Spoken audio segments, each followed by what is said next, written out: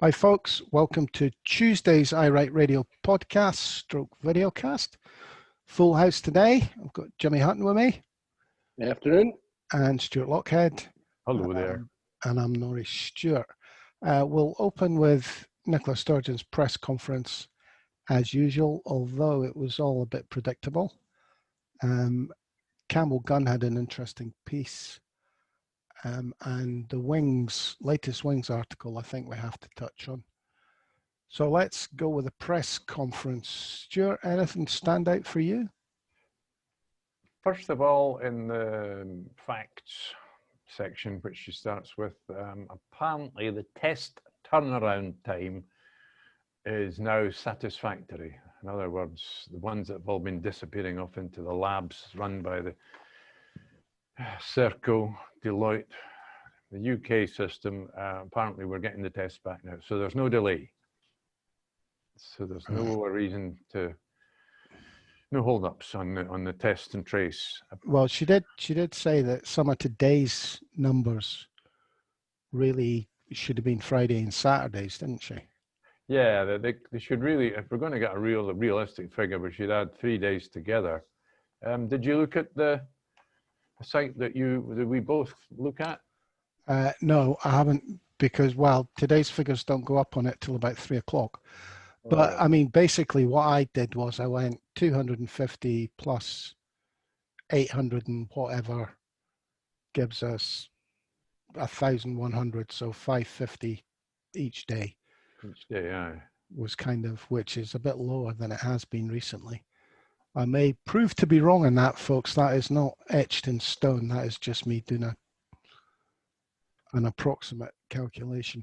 The other facts weren't stunning. Hospitals, only one extra person in hospital, intensive care, 2 people less, and no dead. So, well, all good news, I think. The rest of it was all about students.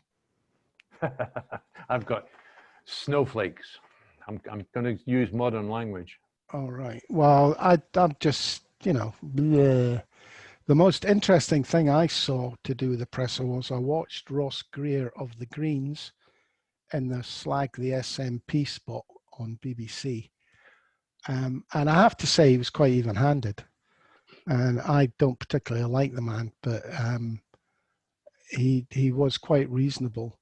But the Greens are obviously jumping on the Liberal Democrat bandwagon of test, and then test some more. But he kind of let the reason it's not happening slip at the end with his, we've now got this 20-minute test, so it's possible.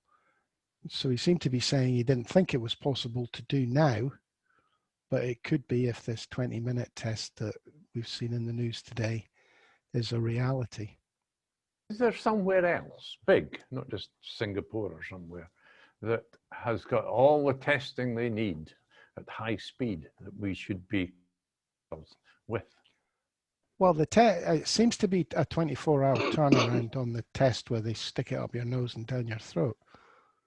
I'm presuming that this 20-minute test is a sputum test, a spit test.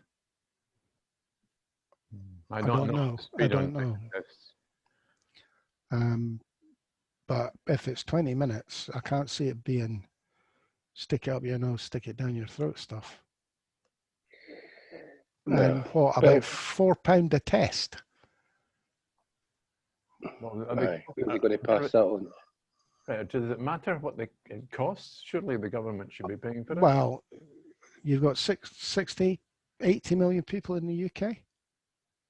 60 million, is it?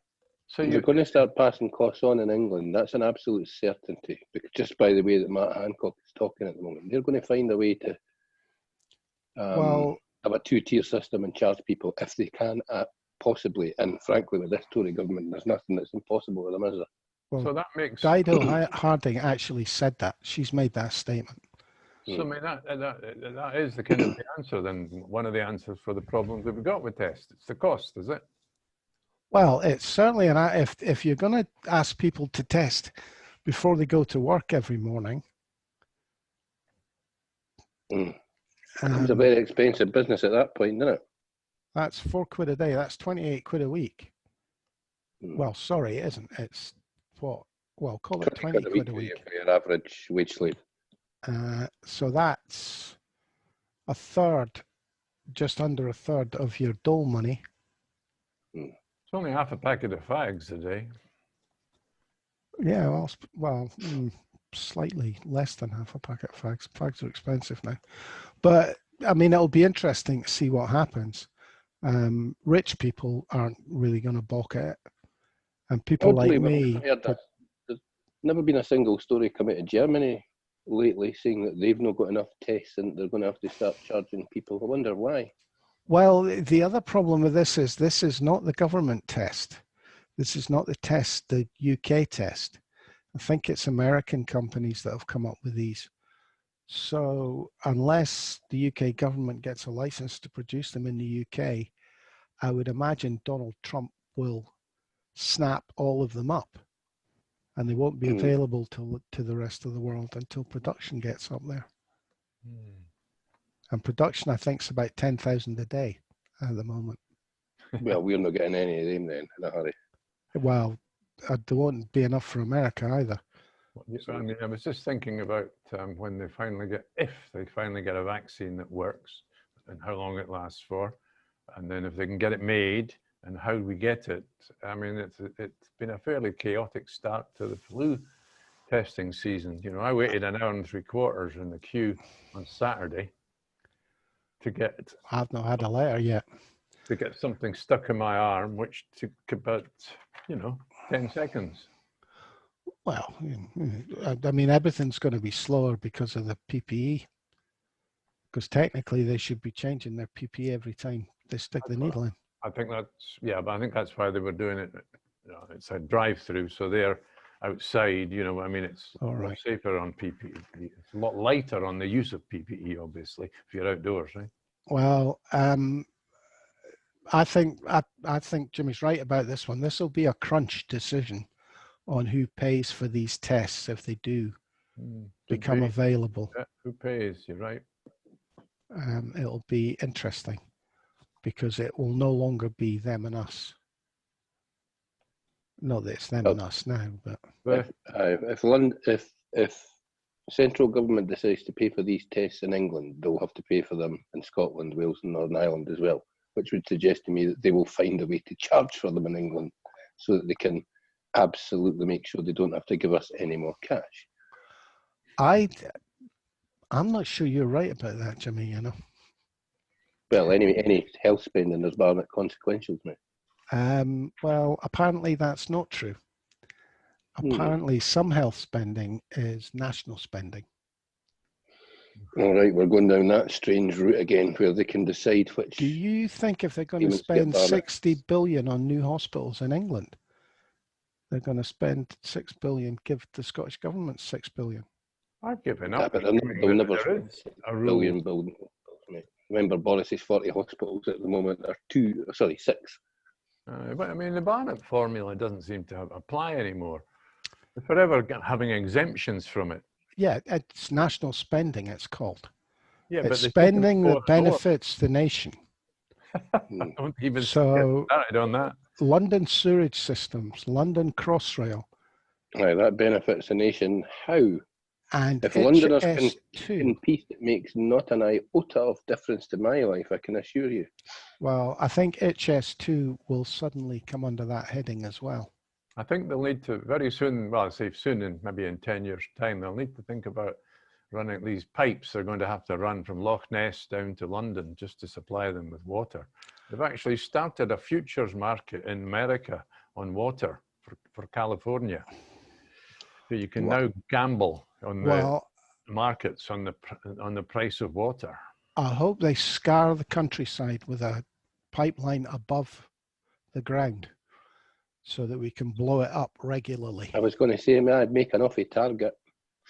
How would they blow it up, mate? I'd just drill a hole in it and pee in it all day long. I'd sit there with cases and cases of cider and just pee into the water as it went south. Well, it's funny, I had this conversation with my son just this morning.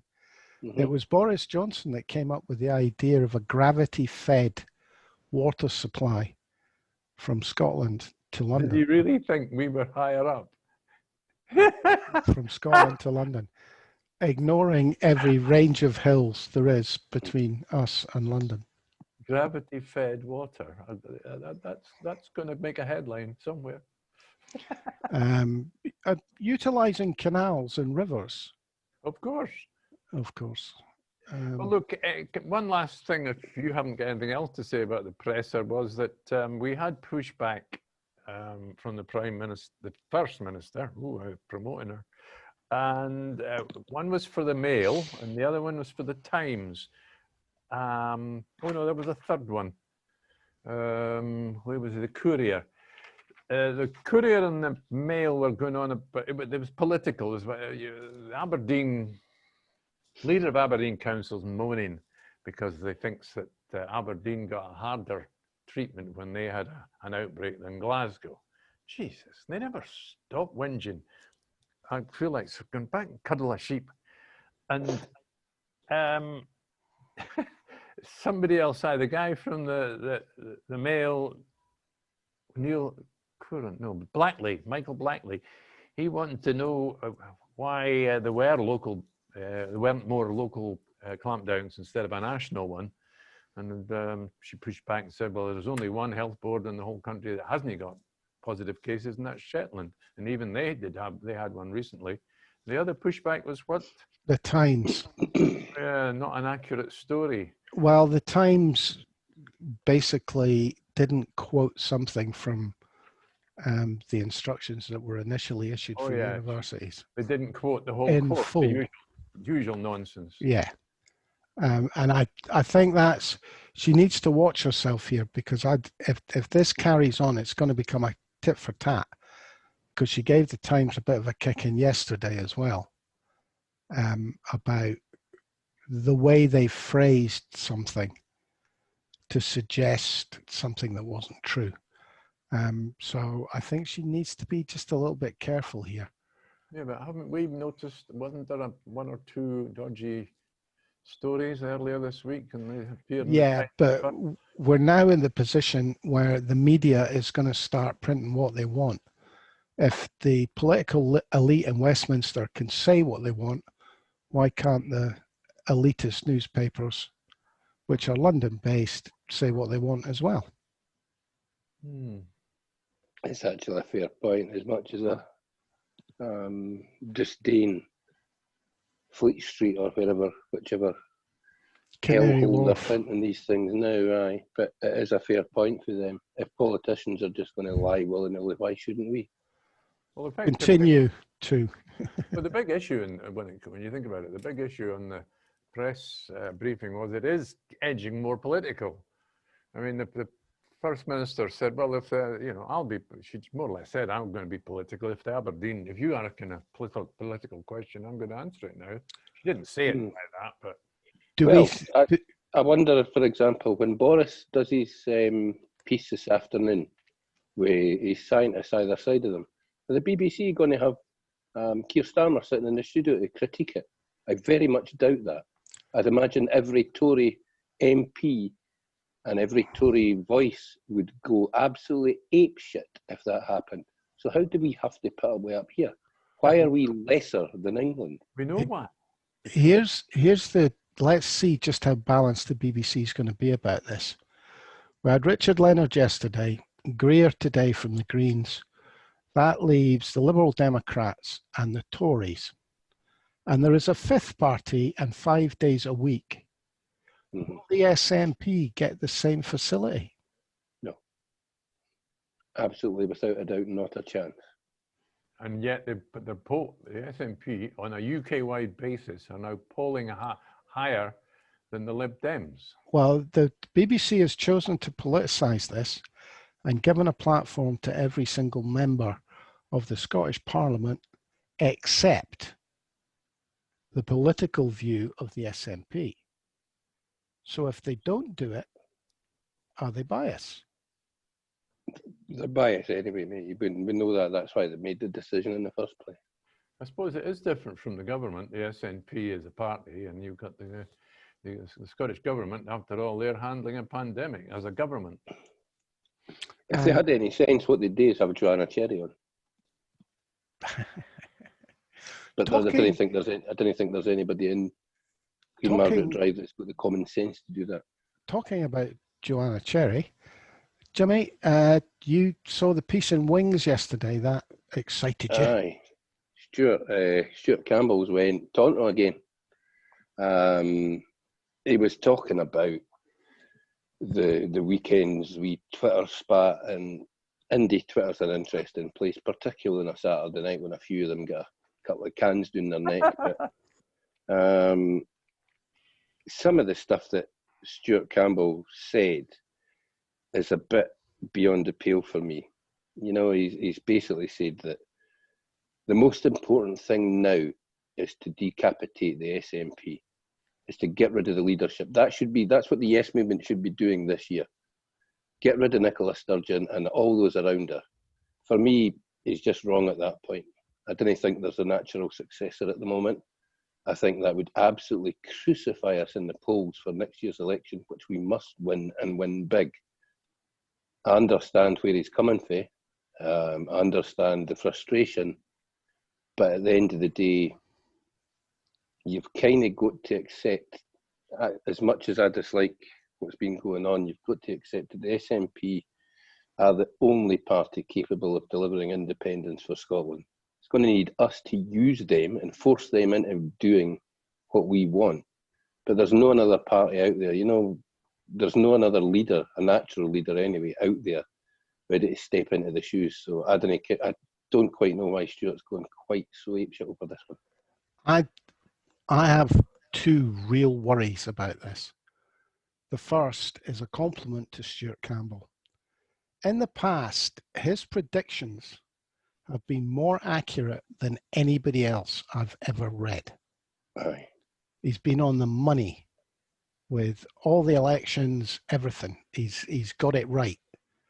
That worries me, because if he's right about this, I think it could be a real problem for the independence movement. The other worry I have is that he's completely wrong. That he's basically about to push the List Independence Party really hard. Possibly a Wings party, possibly a party that he would be prepared to support. That is also, I think, a problem. Because I think that would Stuart Campbell is Marmite, I think it would divide the support that's potentially out there for a List Independence Party. As an interesting development, mate, one of the two co-founders of the Independence for Scotland Party, that American lassie who got hacked off when she couldn't get herself promoted within the SNP and stopped off and started her own party, she's just endorsed Donald Trump for president. How do you think that'll play amongst independent supporters? Talk about Marmite. I can't see her getting much backing for her party if that is their policy position, that Donald Trump would be a better president than Joe Biden. Wow. Mm-hmm. Wow. That puts her on just about the same level as Mr. Red Leotard's party. The Alliance for Unity crew. Have you seen who they've got endorsed as candidates? They've got Brian. They've got Brian Wilson now aboard, and apparently Andrew Neil's supporting them. My goodness. They've got some real fascists as candidates, mate. There's one who is basically overtly racist, and they investigated her overtly racist tweets. And then George Galloway decided that he wasn't going to make any decision on that because her social media content before she was a candidate doesn't matter, which is a weird position for any political party to take. But there we go. George has always been somewhat unique. I always thought it was supposed to be a pressure party to get some sort of unity amongst the unionist parties at Holyrood rather than actually intending to stand. Aye. And Well, if they're going to stand with what they've got, they might as well call themselves the UKIP racists. aye, and they might as well just take their deposit money and just chuck it in the water release for however much use it's going to go make. They will not get any. They'll get diddy numbers of votes. You know, they'll maybe get into triple figures, but they'll not get into four figures anyway. Stuart, what did you think about what Stuart said? I did. I saw what he said about the social media spat. More about. I was focused more on what he was saying about the Nicola Sturgeon supporting. I think it's Rihanna Spear in a. Was that? That was really what it was about, though, wasn't it? It was the same article, I think. Rihanna Spear, who's been upsetting an awful lot of people, pro-indie people, and they're not extremists. They're nothing like in the same boat as Stuart Campbell himself. I do feel she's perhaps made a bit of an error there, but it was Saturday night that she tweeted, I believe. Is that right, Jimmy? Aye, aye. She maybe had a sherry or two herself. Maybe that was the excuse. Well, that's a bad sign. I'm sorry. I mean, Sturgeon has always been very good at staying out of these spats. It's a bad sign if she's going to start getting involved in them. Yeah, like we said yesterday, mate, the whole selection process for candidates for next year should have been done privately, really. I mean, fair play, I've seen a couple of videos, and fair play to these carpetbaggers. Some of them are brazen. You know, I've seen a couple of videos now saying, I want to be your candidate for here or there or ever. And a couple of them never mentioned the word independence. They're that brazen about it. You know, they're there for a career.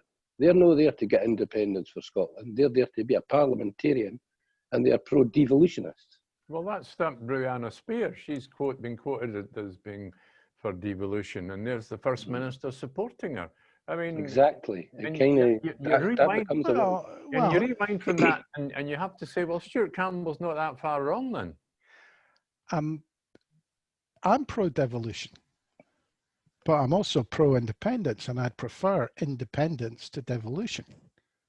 Well, look what's happening now. I think I've pulled away from any possible, a long time ago, to be honest, but look what's happening now. We're having powers removed. And as long as yes, I can see an independent Scotland negotiating with the Republic of Ireland and the rump of UK for some kind of Scandinavian type deal, because there is a need for that. But it has to be from a position of independence and sovereignty. Has your neighbour just put a snuff movie on me? Your voice is just gone completely nuts, Stuart. It would happen today, wouldn't it? Can you hear me again now? Yes. Aye, you're absolutely fine there, mate, but that last speech just disappeared halfway through. I have an excuse today. I am in the middle of fitting my permanent LAN cable from the router to my desktop, but unfortunately it is currently temporarily disconnected, and I'm back on the Wi-Fi for the one and only day until I finish the job. Well, we kind of lost the gist of what you were saying there. I was simply saying that to some extent, Stuart Campbell, his accusations about the First Minister being a devolutionist and not genuinely interested in independence is backed up by her supporting Rihanna Spear, who is a stated devolutionist and not. Well, don't go doing the times on me, Stuart. What Rihanna said was she believed in devolution and she believed in independence. I think anybody that could hold my position. Yeah, I worry that anybody that supports devolution now is a mug. You know what I mean? You can support devolution or federalism as much as you want, but with this Tory government, they're just going to bend you over and pump you if they think you're soft enough. You know what I mean? At this moment in time, when you're looking at the UK internal market bill, driving a coach and horses through the devolution settlement we've already got, to think that any form of new devolution or federalism would be useful to us is you're away with the fairies at that point. Federalism is a great thing for the Labour Party and the Liberal Democrats. Because it allows them not to address the real issue. A Tory government will take it seriously, so they can talk about nothing. Mm-hmm. Well, look, if we're going to talk about the First Minister herself, it's worth mentioning that I've got here an article by Campbell Gunn, who used to be a special advisor to Alex Salmond, and then he was special advisor to the current First Minister, Nicola Sturgeon. So he really knows things, and he is advising the First Minister. Free advice from a former advisor. The solution for the Scottish Government is clear. As we're talking about the Salmond inquiry, as it's called, don't cover up, get everything out in the open, take the inevitable media hit. Will only last a few days or a couple of weeks instead of months. If the revelations result in 1 or 2 people losing their jobs, and I think he's talking about Peter Morrell, her husband, and Peter's Chief of Staff, Sue Ruddock, that must surely be a political price worth paying. Now, he was also the political editor of the Sunday Post, so he comes from he doesn't come from a revolutionary background. He therefore has absolutely no excuse for writing that tosh, because there will be stuff that the Scottish Government cannot put into the public domain. Please note the Crown Office writing letters saying you can't put that in the public domain because we've decided it's not going into the public domain. So regardless of how much gets put out there will always be stuff that doesn't. And depending on your stance, pro or again, Mr. Salmond, you will blame whoever you choose to blame. How do we get to the point where the Crown Office still has credibility? How are we at the point where James Wolfe hasn't resigned? I mean, he's about to cost the Scottish Government millions of pounds because he led a malicious prosecution. How has that not cost him his job? This is unbelievable. The Crown Office should be cowering away. They shouldn't be dictating to the Scottish Government what gets done at a parliamentary inquiry. Well, they should be. I mean, Nicola should be walking into Chambers Street and saying, right, who's got the keys to the top office? Give the keys, empty your desk, beat it. That's what should be happening here. Well, I'm not actually sure if she can fire them. I'm not sure she can, that's a problem. The UK government still has some input into the Crown Office in Scotland, as I understand it. And frankly, that bothers me hugely because the Crown Office right now are at the centre of a very tangled web. Well, you've got to ask, there was a time, the grandees of the legal establishment in Scotland, 10 years ago, if Lord McCluskey was still alive, the senior, at this time, the most senior legal man in Scotland, he would have been demanding this was sorted out. You've got to remember what the Crown Office is doing is what the court has told them to do. So these papers that Alex Salmond, I'm presuming they're the same ones Salmond wasn't allowed to put into evidence during his court case, have been embargoed, just like the alphabet women can't be ID'd. So, the Crown Office is simply obeying what the judge's rulings were. And that's a problem. That's a problem. Because it allows the media to blame whoever they want. It allows them to say it's the Scottish Government's fault or it's Alex Salmond's fault or whatever they want. Services' fault. Strangely enough, none of them have said it's the judge's fault for making a decision that none of us get to question. Yeah, so, they're not going to blame the law courts. They're going to blame either Alex Salmond or Nicola Sturgeon, because that is really what this is about. It's really just another vehicle to find some dirt on Salmond or Nicola. Oh, well, I think we should storm Chambers Street, mate. A couple of nice pubs on the way up and then just firing through. I'll start throwing punches at the security staff and that, and you can nip in there on your Ironside and see if you can get some documentation. I'm just a cripple. You can't even... They touch me, I'll explode. I'm robotic. I wonder if that would work. I'll need to think out a plan. As long as the lifts are working, I'm all right. Aye, if the Coney engineers runs part 2 side, we'll put it off to next week. Aye. That was Jimmy's. Stuart, what have you got for today? Well, how far on are we? Aye. Ross. I thought Douglas Ross's appearance in Good Morning Scotland was he used the term halls of horrors, complaining about the students' experience relative to the virus. I think Douglas Ross had a moment of horror when Gary Robertson really tore into him, which, what's happened to Gary Robertson? I think I have this, chaps. Oh, well, that would be good. Do you want to see it? Yeah. Give us So a it's sec. the hearing thing, is it? Yeah, it was on Good Morning Scotland. Oh, good.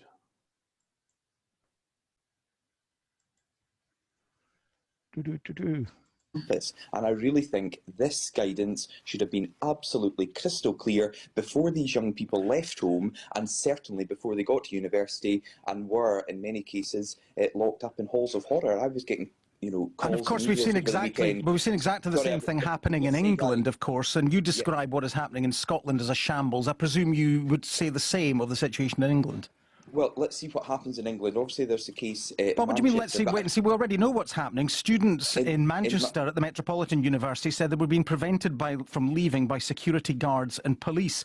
They were told if they leave, they can't come back. If it's a shambles in Scotland and the same situation pertains in England, you must describe that as a shambles too, surely.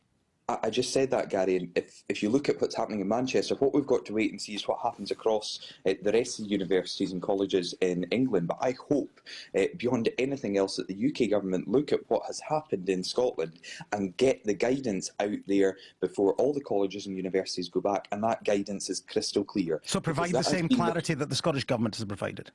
Well, the Scottish Government have provided that clarity 4 days later, having changed their decisions every day up until then. But we haven't had that clarity from the UK government. Do they need to follow suit? Well, they need to ensure everything's in place before all the colleges and universities go back. But I do want... So effectively, his position is, until everybody's back, and I've totally milked the Scottish university situation, you can't say anything about the Westminster government's handling of the universities in England. Well, I'm delighted that Gary Robertson got tore into, and that's all I've got to say. He did. I thought he did well. It's awfully unfortunate when a school bully gets pulled up on their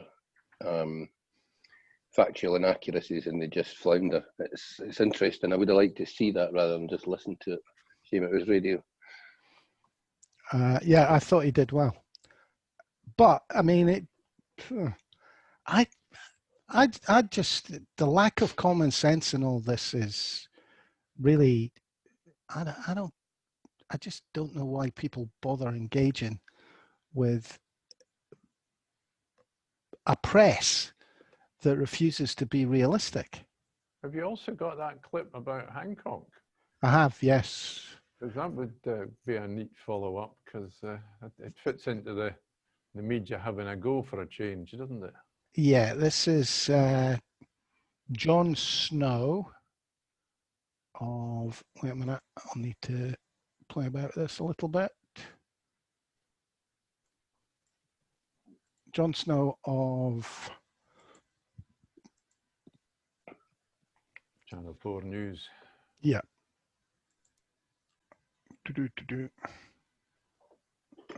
Where's it gone? Oh no, it's in on another page. Here we go.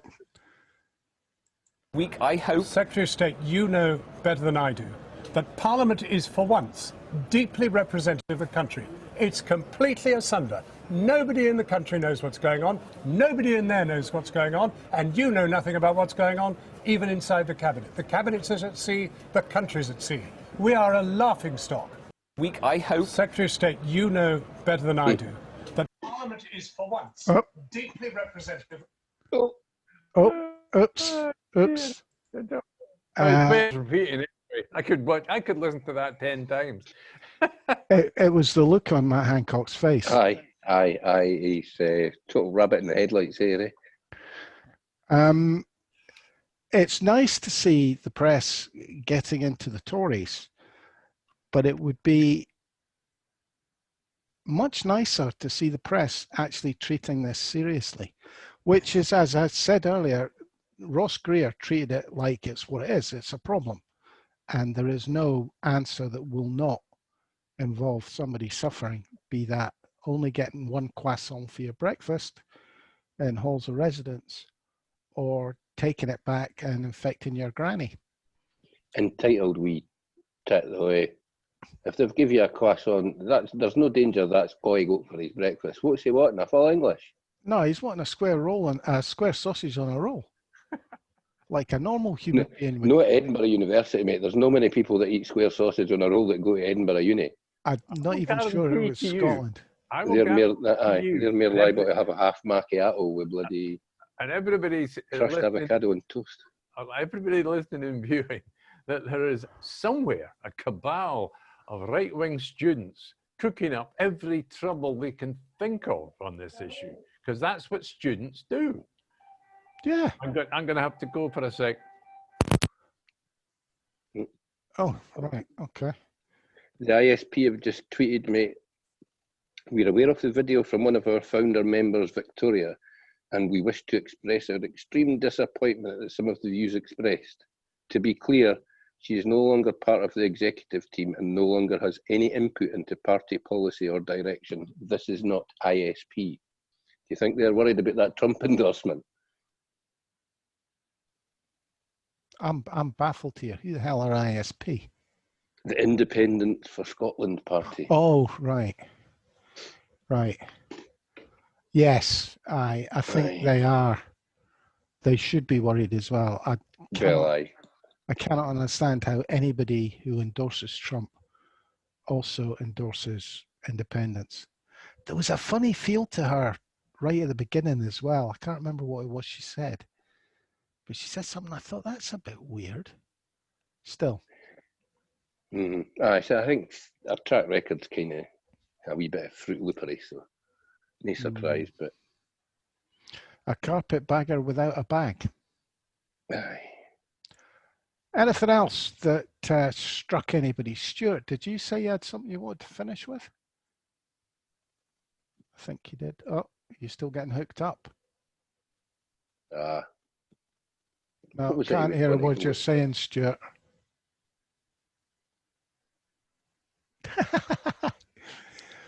Can't hear you, mate. I think we'll call it a day at that, lads, seeing as we've lost Stuart. Thanks, Jimmy. Thanks, Stuart. That was a bit of a disaster for Scotland there. Thanks for listening, folks, and I'm sorry about the wee glitch at the end. Cheers. Everybody loves a hiccup. Aye. Well, at least you know it's for real and it's live and it's not some... Aye. And we're shy at it. Not some MI5 setup. They'd have done it much better. Actually, they probably wouldn't have done it much better, but there you go. Cheers for now, folks. Thanks for listening.